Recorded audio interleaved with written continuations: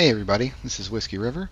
In this video, I want to go over this goofy, funny, awesome creature that you're looking at waddle up this hill right now, called the Paraceratherium. And this thing is quickly becoming my favorite herbivore to play on the Divine Beast servers, at least. On any community server that makes this thing, that adjusts this thing's stats to where to make it close to how it was in real life, it's going to be an amazing tank playable in this game, especially on the servers that allow you to mix pack. You can put this as the tank in a herd with some Iggies and Tenantos or Staracas and have yourself a nice little herd that's going to be virtually unstoppable. Um, the base stats aren't all that great. On the vanilla, it's about 1,000 health and 5,500 combat weight, so it's not going to be all that great. But if you play on a server like Divine Beast where they update it to 8,800 combat weight and 1,300 health, it's a monster. It does that twerking animation you just saw there, which is why I'm calling this thing the Twerkin Terror. It's so fun and funny to use that in battle or when you're fighting. It's just one of the best emotes in the game right now, I think. We were getting a lot of laughs out of it yesterday, and a lot of the players around that saw us fighting and twerking and stuff were just laughing and commenting in global about it. So we've just been having a blast with this Paraceratherium right now. I really enjoy it. I love its abilities, and just the way it looks is so funny. But this was the largest land mammal to ever walk the earth, and it's even, I mean, they're estimated to be 15 to 20 tons, so you're talking, twice the size of a T-Rex in terms of weight. And they were 5.5 meters tall, so they were taller than a Rex, but they were definitely more massive than a Rex. I mean, they're up there in size with the Anectons, so they should be one of the very biggest things on the server, aside from maybe the Anectons and the sauropods. So without further ado, I'm going to get into the build, some of the different builds you can use on this, because you can set it up in a few different ways, and I've got some PvP clips to show you this thing in action. And we'll start with the passives. Running tempo, where you get 2% movement speed, 4% stamina recovery, and then 8% decreased sprinting stamina cost. And then you get consistent hits to build the tempo up, and you lose the stacks if you miss an attack or a hit. And then the other one is you get 50% venom, poison, and toxin heal rate. So it affects you 50% less than normally it would. So those are the passives that you just get with the creature. And it's nice now that they actually put these in the list here. A lot of these animals used to have passives that nobody really knew about because it was hard to find unless you did some digging. So I'm glad that they're adding these on all the different dinosaurs now. It's kind of nice. Lone Survivor is, of course, if you're by yourself. Now, one of the things that I noticed about this Lone Survivor that makes it better than all the rest is that you gain 10% armor when there's no other Paraceratherium nearby, and you also get 10% damage towards other Paraceratherium. If there's another one nearby, you'll lose 10% armor. Now, the thing that's unique about these abilities, these passives, is that it's not dependent on whether or not you're grouped. It's if the other animal is nearby. And the reason that's unique is because every other playable that I know about, that Lone Survivor or these passives are dependent on whether or not you're grouped. And so if you get caught, like let's say you're in a group, but you're on the other side of the map or not near your herd, then you lose the Lone Survivor benefits even though you're still by yourself. Whereas with this one, if you're by yourself and you are grouped up, you'll still get the benefit of it. And I really like that. That's a great addition and a unique feature to this playable. Herd mentality is the one you're going to want to use if you are in a group and you know you're going to be with your team, because you get 5% armor for each Paracer nearby, which stacks 4 times, and you get 10% armor if one of them has herd leader equipped, and I'll go over that next. And it's disabled if there's more than one herd leader. So obviously you just have one person in the herd put on herd leader, the rest use herd mentality, and everybody gets the benefit of both of those. And again, it's not dependent on whether or not you're actually in a group, it's just if they're nearby. And herd leader is your snout flushes red, and it shows your position as the herd leader, 10% armor and 5% damage per nearby para. And it conflicts if there's another herd leader, so you just want one person again using that. But if there is another herd leader nearby, you're going to lose 10% armor and 5% damage, but you do get 20% damage towards other parasers. So you want one person using herd leader for sure to make your herd extremely strong. For the main front attacks, you've got two options. Neck swipe is the one that I use. Gives you a little more damage and knockback, but a longer cooldown. And the other option is bite. This is more of a spammable. Does less damage, but you can get 2 or 3 off in the same amount of time you would do a neck swipe. But the reason I prefer neck swipe is for a particular build that I use. And I use that in conjunction with some other abilities. This is what it looks like here. It doesn't have a terribly long cooldown, but it is a little bit longer than the bite. So I'll show you what that bite looks like here. You could get probably 2 or 3, maybe 4 bites off in the same amount of time you do a neck swipe, but it doesn't do any knockback. So it might be good for the smaller, faster things, and there's definitely a build you could use. You could build this around for sure. I just prefer the neck swipe, and I'll go over why here in a second. So the two senses I'm using that with is Deadly Impact, which is increasing the damage and knockback of my charge attack. And then landing, that's going to give me the running tempo stacks, and it's extra 25% damage and 100% knockback. So I don't really need the knockback. I'm mainly going for the damage on that. And then the other one I'm using is Blunt Force, and that's why I'm using the neck swing, because my knockback attacks deal 15% increased damage. So I'm going for frontal facing damage with this build, and I just keep things in front of me, use the environment, use the water, walls, whatever you can to keep stuff in front of you. This other option here, Stomping Fury, I don't really get this one. You get quicker cooldowns if you miss and longer cooldowns if you connect. I'm not really sure why you would want that. Seismic Shock is good though if you're going to go with the Stomp build, because that gives you a larger area of effect. And then there's 2 of these, so you can put 2 together, and you could use Lung Crusher in conjunction with that, which is knocking the wind out of your enemies, and they deal additional damage, 10% damage and 5% stamina damage. Enraged Recoil is if you want to go with a knockback build. That's the opposite of what I go with, but it gives you more knockback and less damage. So somebody in the group maybe runs a knockback build to knock stuff off cliffs or whatever. And then Deadly Impact, that's the one that I use because I want that extra damage on my charge, and I use that in conjunction with Blunt Force. So again, mine's the attack, forward-facing attack build. Adrenaline Kick, I don't know why you'd want that because it costs more stamina, but you gain more when you land a hit. I don't on this server here. I'm not hurting for stamina really, and I don't know why you'd want to have something cost more just to get it back. I'd just rather just have it all the time. That's my primary there, the front kick. That's the build that I'm using. Looks like that. That also does knockback, so that's 15% extra damage with that ability that I have on. So you can combine that with a neck swing, a front kick. You can do your back stomps. I like these little back stomps because it's good for the swarmers. And the back kick kind of has a long cooldown, so that's what the back stomp looks like. They like to come in and hit you from behind anyway, so it's a good way to kind of kick and swivel around. And then you can use the charge, of course, that does real high damage on this setup with the front runner and the Deadly Impacts, where I'm getting extra damage and less knockback. Again, I'm not really concerned too much about the knockback on this build. I would rather have them close to me where I'm doing my damage. You can see the running tempo stacks there. I've got 3. And that'll build up. If you hit something, it gives you 10. And then you can use that with the voice, which I'll go over in a minute. That's the front kick there. Deals 60 damage depending on the server that you're in. And then the AoE build, where you're doing the heavy AoE damage, you could either use Heavy Slam or Stomp. And those are going to be some high damage, high AoE effect abilities. That is good for the swarmers and the small fast stuff, so it's probably a good idea if you're in a herd to have somebody doing the AoE build and then another one doing the more offensive front-facing damage build. That way you have one defense and one offense, or a couple of them, and you kind of can cover all the bases.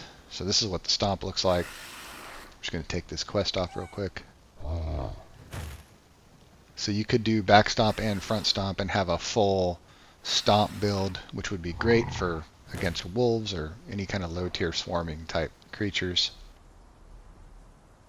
And again, you could set the herd up like that, where one of them has all the stomps, one of them has the slam for the huge AoE, and then the other one would have the front damage build for the offensive. The guy that would go on offense, be chasing stuff around, while the other guys play defense and use their stomps and their slams. And that combination would be very good because it would be very versatile and you could cover all the different scenarios you may run into out there. That was the stomp. I'll show you here what the slam looks like. Sorry, little wolf, but it's for science. He's like, what's he doing? What the dog doing? Oh, sorry, dude. Right into the water he goes. I'm not really trying to hurt this guy, just trying to do the video, and he's here, so I'll just move over here and show him that I'm not really trying to kill him.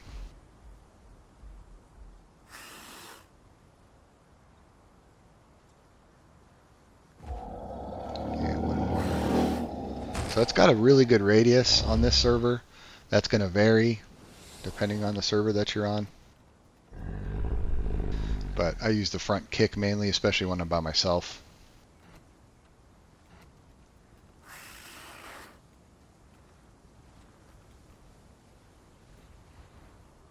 Deadly impact and blunt force. Those go with the front kick really well. And then I try to keep fat reserves on. That's going to give me the 10% combat weight, so that'll even give you more damage and armor against smaller things mainly. This is the front runner ability I was talking about. Running armor, you could use that. It might make you tougher when you're running, but most of the time when I'm fighting, I find that I'm like standing still. I'm not running around all that much. A little bit, but I'd rather have turn, so I use Tide Turner, and that slightly increases your turning radius, but it massively increases your charge turning radius, and that's where it really comes in handy because I'm charging around a lot. And unstoppable charge would be good if you find yourself losing stamina or needing stamina a lot, because all these attacks do take stamina, and maybe some of the servers don't have a real good stamina pool for these guys, so this could be a good option. On the DB server, the stamina feels fine, so I just use the turning one. The armor one, I mean, because I am running around, I had that on first thinking that it would be good. But when I'm running, I'm usually the one attacking and doing the hits and not taking hits. So I just think the turn is more handy, but that's going to be personal preference. So these guys started attacking me here while I was trying to do this video. So see what happens. I'm just going to use the water. They're so small. Oh, he's getting attacked by a critter anyway. So I'll let the critter handle that dude.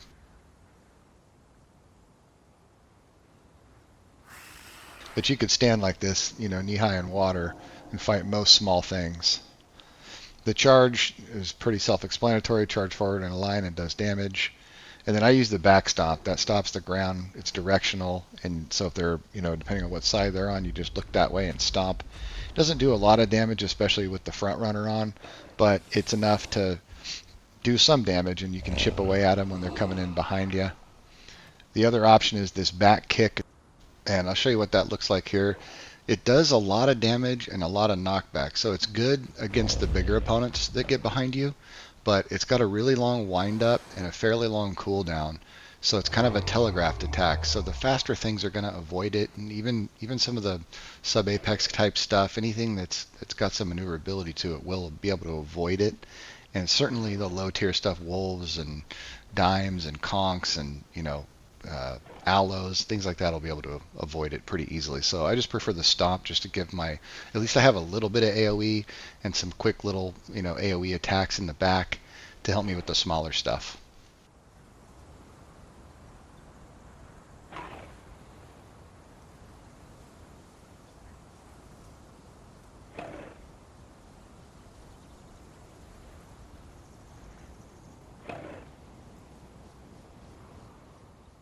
Tail scratch is how you get the running tempo stacks or additional running tempo stacks, and it also gives you a little bit of turning radius, 1% per stack, And if you use the forward facing charge along with that front runner, you're going to get 10 stacks upon impact plus another 4 with this call.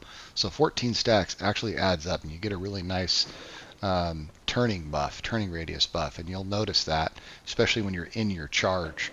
And if you're doing a lot of real offensive, aggressive moves, this really comes in handy. Lick Clean is the other voice option, and that gives you a healing ability. Lick friendly creatures or grant them a healing buff, and it consumes a small amount of water when it's used, but it applies a healing buff to creatures in your group, 100% bleed healing, 300% health recovery, 100% stamina recovery, and it applies a speed debuff to creatures outside your group, 20% speed and 10% stamina sprint cost. So that's actually really handy to use on opponents as well, but it does take water, so you just got to use it sparingly.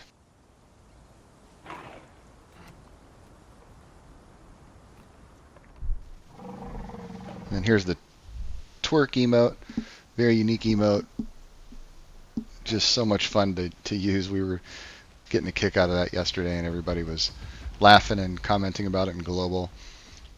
Every time we'd get a kill, we'd do that, and it was a lot of fun. But Prehistoric Expanse did this mod, and they did a really good job with it. And I didn't even really know much about it. I don't even think I ever saw any kind of news or anything about this coming out. It was a surprise to me. I've always seen this, in books and online and documentaries and things like that. I knew about them, and I was always fascinated with them because they were the largest land mammal to ever roam the earth, and like I said, bigger than a T-Rex, and I mean just massive animals. So very interesting, kind of a combo between like a rhino and a giraffe, maybe, or a rhino and elephant and a giraffe because they were so big. But if you can look up online, if you just Google the name, you'll see some images of these compared to an elephant. And I mean, they were huge. They were 2 or 3 times the size of an elephant. Gigantic creatures. Finally went extinct. They lived around in the Pleistocene or the Oligocene era. It's a new era. I've never really heard it called that before. I know I've always known them to be existing in the Pleistocene area, which is basically way after the dinosaurs, but before modern animals and before humans, of course. So they are a prehistoric type animal. But just a great addition to the game. It's another thing that's just, this game always has something new. There's always something coming that breathes fresh life into this game for me and makes me excited about this game again. And this certainly was one of them. I got on this thing just to check it out in the last couple of days, and I can't get off it. It's so much fun. It's all I play. It's really fun when you're by yourself. It's even better in a group. Like I said, you can get a big herd of different herbies going, and they are fun. And whether you get attacked by little things like this little wolf right here, or big things like Tyrannotitan, you can handle it. And I've got a few clips coming up that'll show examples of how you can fight with these things across all different types of enemies and things that want to attack you. And everything from wolves to dinos to Tyrannotitans.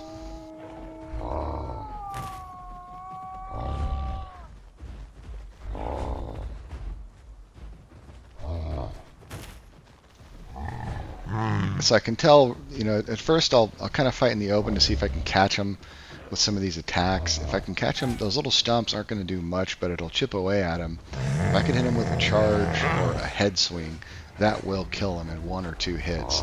If I can get a back stomp and a neck swing on him, it'll kill him. So they're pretty good at baiting me out, so that's why I come to the water, and that's all it takes. And that's usually what happens with these guys. They just, the small stuff typically gets a little overconfident and careless. You just go near a little pool of water, and they wind up in there, and it's an easy kill. So we'll have to give him the victory twerk for his trouble. And I'm just going to shoo this guy out of the area because I'm done with them pestering me. They're more of an annoyance than anything. Unless there's a huge pack of them, that could be a big problem. But again, if you use the environment, use the water, there's not much this thing can't handle. This is a little fight I had with a Saurophaganax. I happen to be grouped here, and this is a great example of that lone survivor ability. I am grouped with an Iggy, but it's not near me at the moment. And so, of course, this Saurophaganax, he doesn't know that I'm grouped, and so he thinks I'm by myself, so he's going to try me. So you can see the lone survivor buff icon there on the screen, which means I am getting the buff. And go fight this guy. Give you an idea of the abilities and the power of this creature. This is a really good opponent. Two of these would be a serious threat. One's kind of a threat if they're good. Then they know how to use the bleed and stuff like that, but because they do a lot of damage, the Saurophaganax, to the larger creatures. But I'm doing a lot of damage to them too, so it's a good fight. This little spider friend came in and tried to help, and one or two little stomps took care of him. So these make short work of the small stuff. And incidentally, you might see in the chat this anti-third party thing coming up. There's a beta testing going on the Divine Beast servers right now on DB3, where they have like a bot. It's an anti-third party bot, and when you get attacked or when you're attacking, it notifies your whole group that you're in a battle, so that they don't accidentally hit something else. And then if somebody hits you 3 times, it'll actually automatically kick them from the server. It warns them twice and then kicks them. So it's in testing right now. They need to do some refining. It's got some bugs, but I have high hopes for it. So this guy got surprised. I had an Iggy friend. He's not going to just be able to run off and heal like he thought he was going to, and that sealed the deal for him. So he gets the old victory twerk.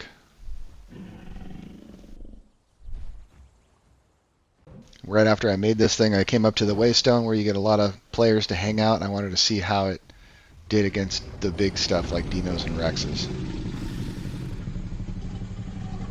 So that's hitbox is a little bit wonky. It's out in front further than I thought, so you can see I kind of went right over him. But that kick hits him right in the face, so that's a good angle for the kick.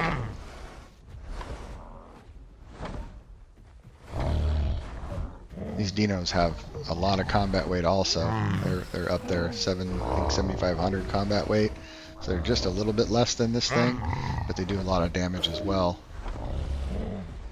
And you can see how quickly we killed him. And I had the Donato helping me. The Donato does pretty good damage too, but most of the damage is coming from the Paracer.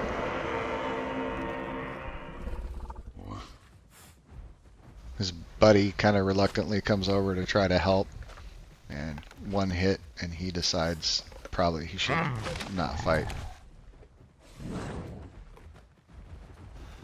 I was getting that third party notice, so I stopped because it said he was third partying, even though I thought they were together. But I waited a little bit, and once I realized it was safe and I wasn't rule breaking, I went ahead and attacked him again and finished the deal here.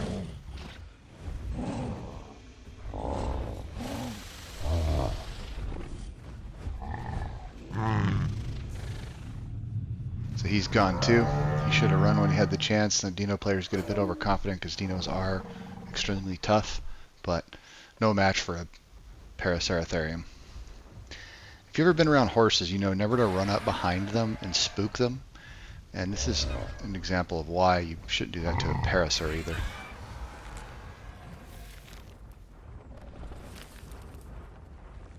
I don't think that Hats player ever has been around horses before.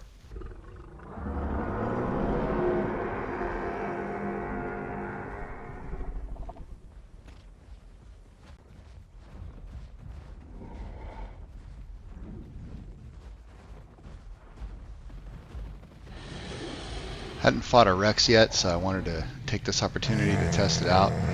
It turned out it was a C-Rex, so not quite as dangerous, but still a good fight. But maybe not. Paracer can completely annihilate a C-Rex apparently. So this is all just new testing. I'm checking it out, see how strong it is, and this is what I'm finding out. It is very, very strong. I was wandering around here hoping something would come attack me, and I saw this Tyrannotitan that wanted to try his hand.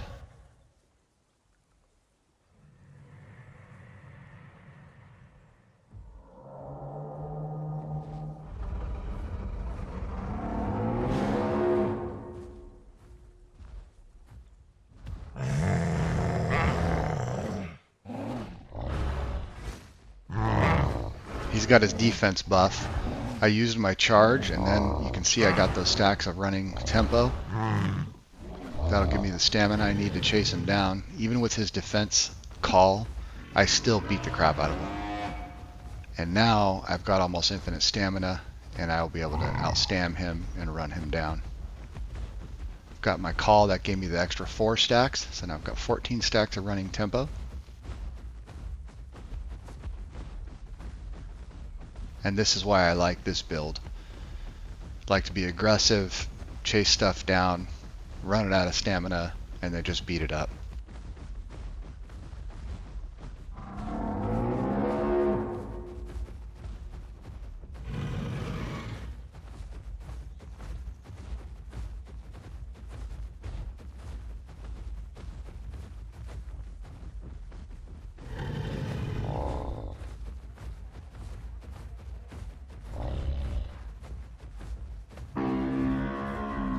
You can see my stamina bar is hardly moving. He's almost out.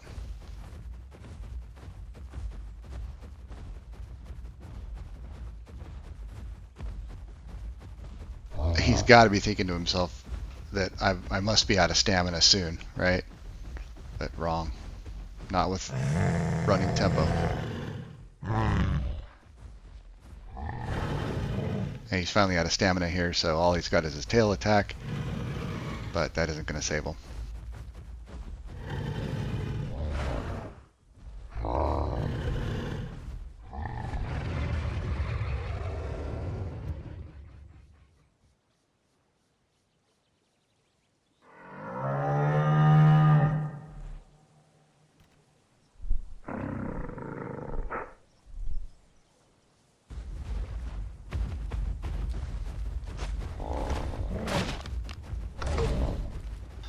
This Dominus had been following us around trying to get some cheeky low kill shots on us, and I finally caught him here and was able to compare our stomps, and you can see the difference. I mean, he barely does any damage to me.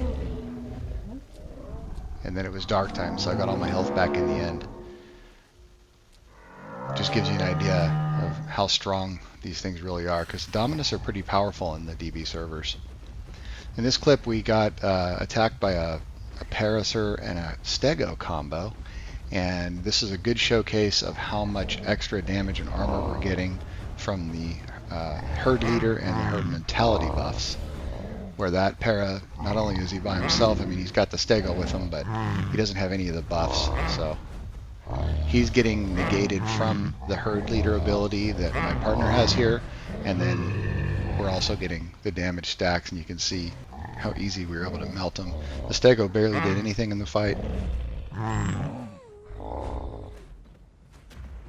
So it worked out for us. And then these last few clips here are going to be us getting swarmed by a bunch of low tier stuff, so you can see how these can perform against big swarms of mixed packs of low mid tier stuff. And we had a combination of things going on. First, one of us had the forward facing build with the kick, that was me, and we both had the back kick, and this is when I decided that I wanted to switch with the rear stomp so I could deal with some of these low tier stuff better. I've got my high damage powerful attacks in the front with the kick and the headbutt, so I don't feel like I need the kick in the back also, and I switched over to those rear stomps to deal with the small stuff, and it seemed to help a lot. And then eventually we both switch out to the full stomp AoE builds with the passives that boost the AoE range and damage, and that wound up helping out a lot in these scenarios. So I'll show you the rest of these clips, how we're dealing with all these mixed packs of low and mid tier stuff, and that'll wrap up the video. If you don't have a server you're playing on where this is buffed like it should be, I recommend trying it out on the DB servers. They've got it buffed very nicely, as it should be a huge tank. You know, like I said, it was 20 tons in real life, 15 to 20 tons. So it should be one of the biggest, strongest playables on the server. If it's not, I would talk to your balancing team or the server owner and remind them that this thing should not be an easy playable to defeat. Shouldn't be easily, killed by bleeders or Rexes or anything. It should be a very hard opponent, like a Edmont, a Nectins, or even like a Sauropod. It's right up there with those guys. They are a tank and they're a beast. So, like I said, check it out on DB if you don't feel like the one that you're playing is strong enough, and I guarantee you'll like it. It's definitely my favorite Herbie to play right now. Thing's great on its own and even better in a herd. And as always, guys, I hope to see you out there in Riparian. Thanks for watching. Goodbye.